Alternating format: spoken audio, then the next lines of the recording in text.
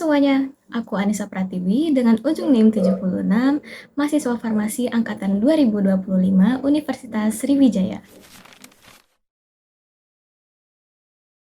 Nah, jadi pada video kali ini kita akan membahas tentang praktikum anatomi fisiologi manusia yang membahas tentang fisiologi sirkulatori. Jadi, fisiologi sirkulatori atau biasanya dikenal dengan fisiologi sistem kardiovaskular ini merupakan cabang ilmu fisiologi yang biasanya mempelajari fungsi atau regulasi sistem peredaran darah di dalam tubuh manusia. Nah, komponen-komponen utama di dalam sistem peredaran darah ini saling berinteraksi di dalam tubuh. Nah, kita akan membahas bagaimana komponen-komponen tersebut berinteraksi di dalam tubuh. Seperti yang kita tahu, komponen-komponen sistem peredaran darah terdiri dari jantung, darah, dan pembuluh darah. Pada tubuh manusia memiliki darah sebanyak 5-6 liter. Dan darah terdiri dari 55% plasma darah dan 45% sel-sel darah. Jika dianalogikan, sistem peredaran darah bisa kita anggap sebagai kota metropolitan yang sangat kaya. Sementara jantung adalah stasiun pemompaan darah yang akan memompa ke seluruh kota. Dan darah sebagai truk kargo yang akan mengangkut oksigen, nutrisi, dan CO2 ke seluruh kota. Nah, berbicara tentang sistem peredaran darah, di mana seperti yang kita tahu tentunya ada dua sistem peredaran darah, yaitu peredaran darah besar dan peredaran darah kecil. Nah, sistem peredaran darah besar bermula dari bilik kiri, aorta, lalu pembuluh nadi, pembuluh kapiler, lalu vena cava superior dan vena cava inferior, lalu balik lagi ke serambi kanan. Nah, sedangkan pembuluh darah kecil bermula dari bilik kanan, vena pulmonalis, paru-paru, arteri pulmonalis, lalu bilik kiri. Dalam fisiologi sirkulatori, terdapat suara degup jantung yang biasanya disebut dengan lugduk.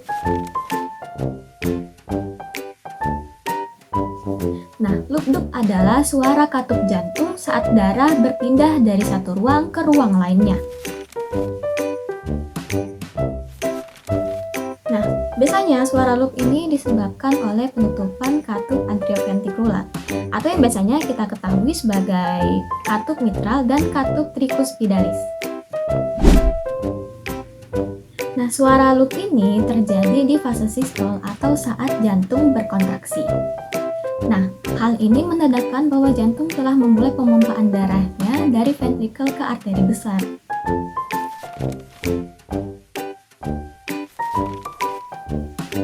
Sementara suara dup terjadi saat penutupan katup semi lunar atau yang biasanya kita ketahui dengan katup aorta dan katup pulmonalis. Nah, suara dup ini biasanya terjadi saat fase diastol atau saat jantung berelaksasi. Hal ini menandakan bahwa pemompaan darah dari jantung itu sudah berhenti dan dimulainya pengisian darah ke ventrikel.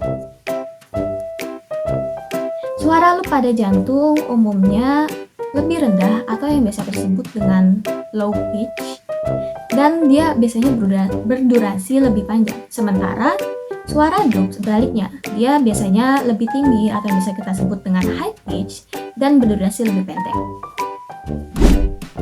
Jadi pada praktikum kali ini kita akan melompat-lompat selama 2 menit untuk melihat bagaimana laju detak jantung kita.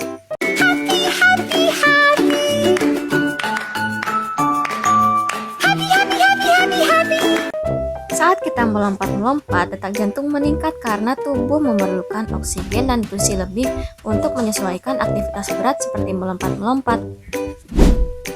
Di mana mekanisme peningkatan detak jantung ini adalah bagian dari upaya sistem kardiovaskular untuk meningkatkan curah jantung.